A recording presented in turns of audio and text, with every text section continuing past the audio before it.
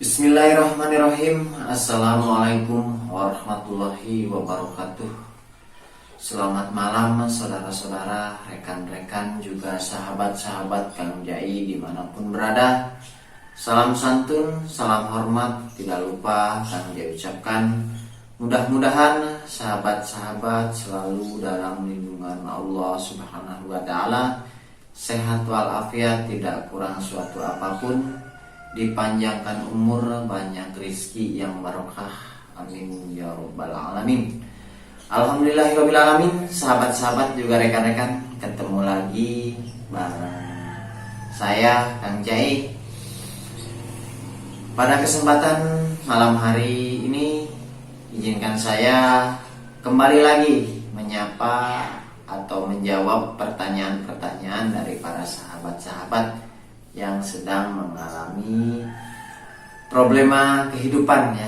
Insya Allah dengan Kang Jai mencoba menjawab, mudah-mudahan ini bermanfaat bagi sahabat-sahabat juga rekan-rekan dimanapun berada juga. Ini sekarang Kang Jai mencoba menjawab pertanyaan dari beliau Bapak Sarimo ya, Bapak Sarimo yang berada di Banyumas Purwokerto sana ya, Banyumas Purwokerto. Ini beliau mengalami permasalahan seperti ini, sahabat-sahabat. Kang Jai bacakan dulu ya. Assalamualaikum warahmatullahi wabarakatuh. Kang Jai, gimana kabarnya? Mudah-mudahan sehat-sehat selalu. Alhamdulillahirabbil alamin. Kang Jai masih diberi nikmat sehat oleh Allah Subhanahu wa Ta'ala. Kang, mohon bantu saya Kang. Saya sekarang dalam kondisi terlilit hutang. Hutang saya ratusan juta rupiah. Bagaimana solusinya Kang? Mohon bantu beri saya amalan-amalan sehingga hutang saya bisa lunas Kang.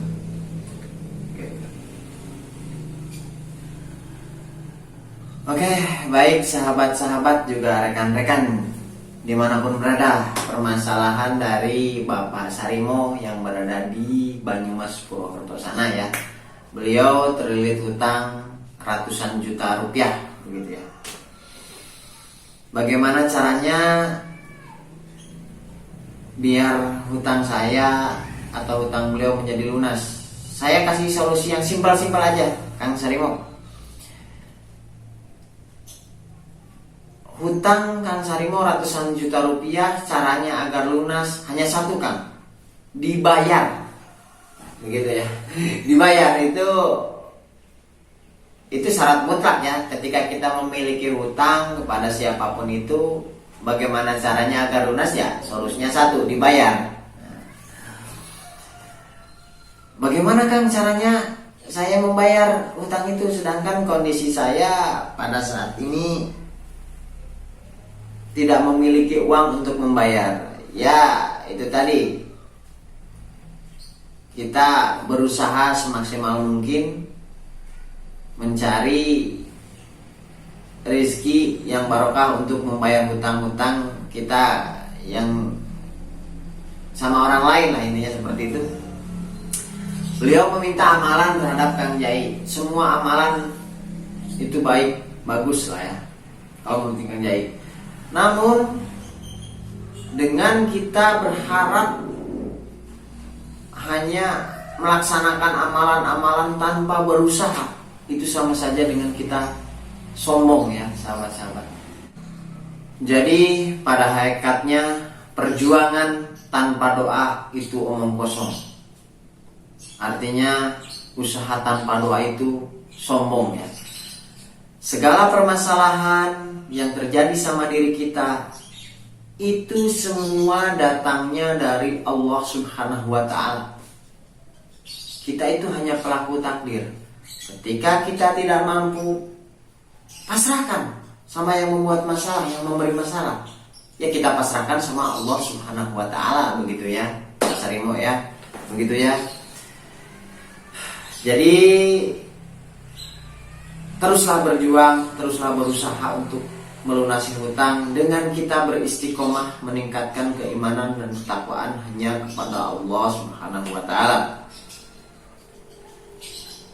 Satu contoh, ketika kita sedang mengalami atau terbelit hutang, untuk keluar saja kita merasa malu, merasa takut, ada yang nagih ke rumah, sehingga kita pergi kemana abur-aburan lah kalau cek namanya. Kita di rumah tidak tenang karena takut ada yang nagih hutang datang ke rumah, keluarga menjadi tertekan. Kalau boleh saya kasih saran, saya kasih solusi begini. Satu, tetaplah tinggal di rumah, jangan sampai kita berpergian menghindari masalah. Hadapi semua masalah ini dengan tenang, dengan apa adanya. Jangan takut oleh si penagih hutang. Ketika kita memang belum ada, ya katakan belum ada. Intinya kita hadapi dengan jantan, ya, karena itu sudah resiko kita. Ketika kita punya hutang, otomatis kita akan ditagih sama yang memberi hutang, begitu ya. Namun kita hadapi secara baik-baik. Kita jelaskan secara apa adanya. Tidak lupa pasrahkan diri kita sama Allah Subhanahu wa taala. Mohon doa, terus doa dan berdoa. Kemudian jujur terhadap keluarga, apa yang sudah dilakukan, apa yang sedang kita alami. Terbuka saja sama keluarga. Kalau memang sudah berkeluarga, ya, sama anak, sama istri, sama kedua orang tua kita. Kita bermusyawarah. Kita cari solusi terbaik, ya. Bagaimana mengatasi permasalahan dengan bersama-sama. Insya Allah akan ketemu jalan keluarnya. Karena pada dasarnya tidak ada permasalahan yang tidak ada jalan keluarnya. Kang Yai yakin itu. Ya, paham ya? Jadi jangan malah kita ketika kita memiliki hutang banyak, kita takut, terus kita menghindar dari orang yang kita hutangi. Itu tidak baik, ya. Itu tidak akan menyelesaikan masalah, begitu ya. Kalau terkait amalan yang bisa Kang Yai sarankan, mudah-mudahan ini ada manfaatnya ya bagi Kang Sarimo yang berada di Banyumas sana. Yang pertama, bacakan surat Al-Fatihah sehabis sholat 5 waktu ya. Satu hari 100 kali saja, 100 kali. Misalkan habis sholat subuh 20 kali, habis sholat zuhur 20 kali, sholat asar 20 kali, sholat maghrib 20 kali, sholat isya 20 kali. Kan jumlahnya satu hari itu 100 kali ya. Terus kita mohon doa sama Allah Subhanahu wa taala agar diberi limpahan rezeki yang barokah sehingga kita bisa melunasi hutang-hutang kita. Itu yang pertama. Yang kedua, coba dengan keyakinan dan keimanan yang kuat, lakukanlah sholat tahajud 2 rakaat. Sholat tahajud 2 rakaat ya. Di waktu sepertiga malam, di kesunyian malam, lakukan dengan penuh keyakinan, dengan khusyuk. Syukur-syukur bisa bersama dengan istri ya, dengan keluarga ya. Kita sholat tahajud bersama-sama. Perbanyak istighfar ya. Di situ kita mohon ampunan sama Allah Subhanahu wa taala atas semua dosa-dosa yang telah kita lakukan selama ini. Terus kita amalkan sholawat. Nah, sholawat ini banyak ya, sholawat yang kalau menurut para kiai, para ulama-ulama besar untuk membukakan pintu rezeki kita ya. Sholawat yang bisa diamalkan yaitu misalkan kayak sholawat Jibril, sholawat untuk membukakan pintu rizki dari segala arah, itu bisa kita amalkan. Bacaannya mungkin sahabat-sahabat juga, rekan-rekan sudah banyak yang tahu, yang menguasai. Sallallahu ala Muhammad, sallallahu alaihi wasallam, ya. Sallallahu ala Muhammad, sallallahu alaihi wasallam. Itu aja diamalkan. Itu kan sholawat paling pendek lah. Intinya terus diamalkan, berzikir kita sambil berusaha gitu ya. Kemudian bisa juga ada sholawat nariyah ya. Sholawat nariyah, kalau Guru Kang Jai pernah memberi tugas kepada Kang Jai untuk melaksanakan sholat tahajud bersama-sama dengan istri. Waktu itu pas tanggal 1 Rajab kalau tidak salah, kita membacakan istighfar 70 kali dan sholawat nariyah 4 kali. Mungkin begitu Pak Sarimo yang berada di Banyumas Purwokerto sana. Intinya berserah dirilah sama Allah Subhanahu wa taala, kemudian jangan menghindar dari permasalahan hutang.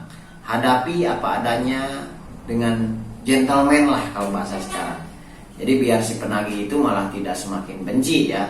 Ketika kita sudah punya hutang, kita malah menghindar, pergi-pergi tanpa ada solusi, itu tidak akan menyelesaikan masalah. Hadapi semua masalah dengan tenang dan ingat, berserah dirilah sama Allah Subhanahu wa taala. Mungkin bagi sahabat-sahabat yang lain yang ingin belajar bersama atau sharing dengan Kang Jai, memiliki permasalahan apapun, silahkan komen di bawah ya. Nanti mungkin bisa Kang Jai beri sedikit pencerahan. Kalaupun Kang Jai tidak bisa, nanti Kang Jai akan coba tanyakan kepada Guru Kang Jai, karena di sini pun Kang Jai dengan sahabat-sahabat dalam taraf belajar ya, sama-sama kita belajar. Kang Jai masih terbatas baik dari segi keilmuan maupun dari segi pengalaman ya. Kang Jai bukan seorang kiai, bukan seorang ulama, bukan seorang ustadz, apalagi Gus.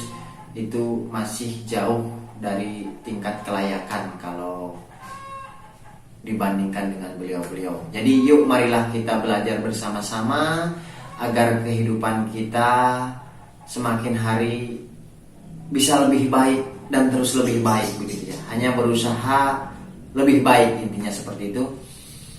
Pesan Kang Jai, marilah kita tingkatkan keimanan dan ketakwaan kita hanya kepada Allah Subhanahu wa taala. Mudah-mudahan kita mendapat barokah baik di dunia maupun di akhirat. Itu harapan kita semua. Kurang lebihnya Kang Jai mohon maaf apabila ada tutur kata yang kurang berkenan di hati sahabat-sahabat dan rekan-rekan semuanya, karena sifatnya Kang Jai hanya manusia biasa, sudah barang pasti banyak salah dan hilafnya. Kebenaran hanya milik Allah Subhanahu wa taala. Billahi taufik wal hidayah. Wassalamualaikum warahmatullahi wabarakatuh.